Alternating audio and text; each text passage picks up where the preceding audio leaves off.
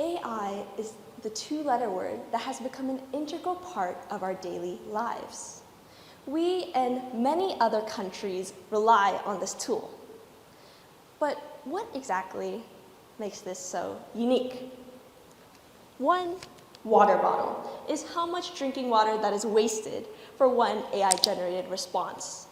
With a mere 100 words being automated, we are depriving ourselves of an invaluable resource. But maybe what we should be fearing has less to do with a staggering environmental impact and more to do of how we are depriving ourselves of functionality. Like most people in my community, I've never had to worry about the accessibility of water because it's available nearly everywhere.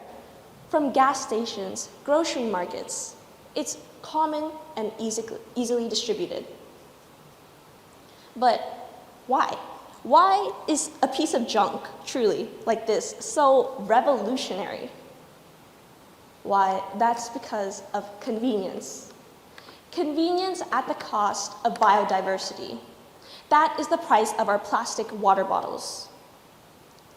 Yet what most people tend to overlook is the similarities between water and AI to society's consistent battle to create more sustainable environments for humanity. And once again, history is repeating itself, with mankind destroying life with the rise of generative AI. I believe what makes the human race so profoundly different from any other species is not our bipedalism or external traits. It is the gift of conscious thought that has consistently throughout history enabled us to transform an entire planet based off of them. Because of our ideas, we were able to generate or engineer our own DNA, fly to outer space, form beliefs, curate individual identity. That is what our greatest strength is, and I argue that no mind created will ever be alike to another. You think we would be able to go through greater measures to preserve, to cultivate this perceived evolutionary superpower. Unfortunately, that's wrong. Neuroplasticity has taken a profound decline after the discovery of artificial intelligence. In 2025, OpenAI and the National Bureau of Economic Research concluded that ChatGPT's most common functions across all 900 million active users were practical guidance, seeking information, and writing. These users mainly consisted of high schoolers and young adults, using these language learning models to brainstorm and write. These tools were being exploited in the sense that instead of seeking human connection and experiencing, researching to come to our own conclusions, and allowing ourselves to be uncomfortable with our own imperfections, we've molded ourselves into these uncharacteristic and undescriptive beings obsessed with perfectionism. We interpret and learn so differently from our successes and our shortcomings. That's something an AI overview can't replicate. We have daily milestones that we should be taking. MIT further published a report that proves this connection between cognitive atrophy and generative AI. 3 groups were tested, all tasked to write an essay. One group was allowed to use as much AI as they needed to brainstorm, write, think. The second group were only allowed to use traditional search engines with no AI text generators. And the last group had to solely rely on their brain. Higher frequencies of neural pathways, synapses between neurons, and brain activity were all attributed to this brain-only group, while those who used AI had less brain activity and furthermore, retained less information in active recall because of the passive processing of information and allowing their ideas to be shaped by evidence from artificial intelligence. Students are the most susceptible to using AI because of procrastination, academic pressures. I mean, why think when something else can do it for you? Perhaps even better, faster, more efficiently. The dynamic and effective responses we've seen from AI are something we've never been able to even imagine before. We can get responses, answers, immediately. However, AI is destroying our thinking in the sense that when our thinking is shaped, so is our ideals. And who is shaping that thinking?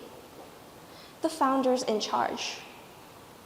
What isn't widely considered either is how, when our thinking is shaped, it's these biases that are found in algorithms. And who is in charge of these algorithms?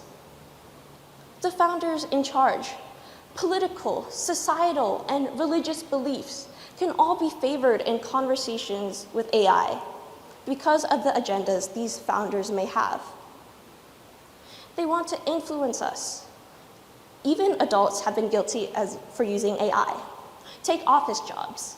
ChatGPT has commonly been found in emails or proof-checking plans because it is in these companies' best interests we give up the mental strain needed and feed into their businesses and wealth.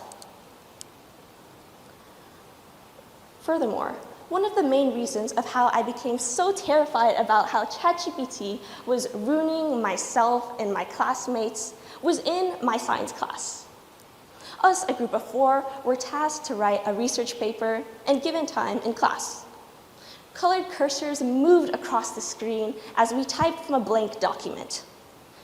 And our teacher reminded us that any traces of AI plagiarism would result in an automatic 0. As we typed our paragraphs from scratch, one of my group members decided to input his writing out of curiosity into the AI detector, and what was found was only 13% human. 13%. How is that possible? We had all seen him write and type this from scratch. We too did the same and found varying results of AI, and so did our peers. So what was going on? Considering how early on AI was adapted into our curriculums and schools, I wouldn't be surprised if we were beginning to think like AI as well. Furthermore, our thinking, when it's being shaped, could have been a result of the vocabulary that we've adapted from AI, because we are humans and easily influenced by our environments and the people around us. Take whether or not we volunteer or decide to move houses. That is actively shaping our environment and the people around us. So far, AI has influenced 1/5 of my life, and my generation will continue to be defined by it. Because AI is so convenient, portable, and cheap, it reminds me a lot of the plastic water bottle. Because of its convenience, it's easily distributed, but what it makes up for in temporary use contributes to the billions of tons of plastics in our oceans every single year. And furthermore, we are choosing to let this happen, similar to how we've let plastic destroy our world for decades. And what's worse is we can see how we are destroying ourselves and choosing to let it happen. But because we are actively experiencing it, we can't fast forward a tape or wind back to mourn over what we've lost. And when I'm making my choices, I wonder, am I choosing from the heart and mind my own actions? Or is it originating from a system designed to keep me complacent? And when you do something, is it from authenticity or influence? Thank you.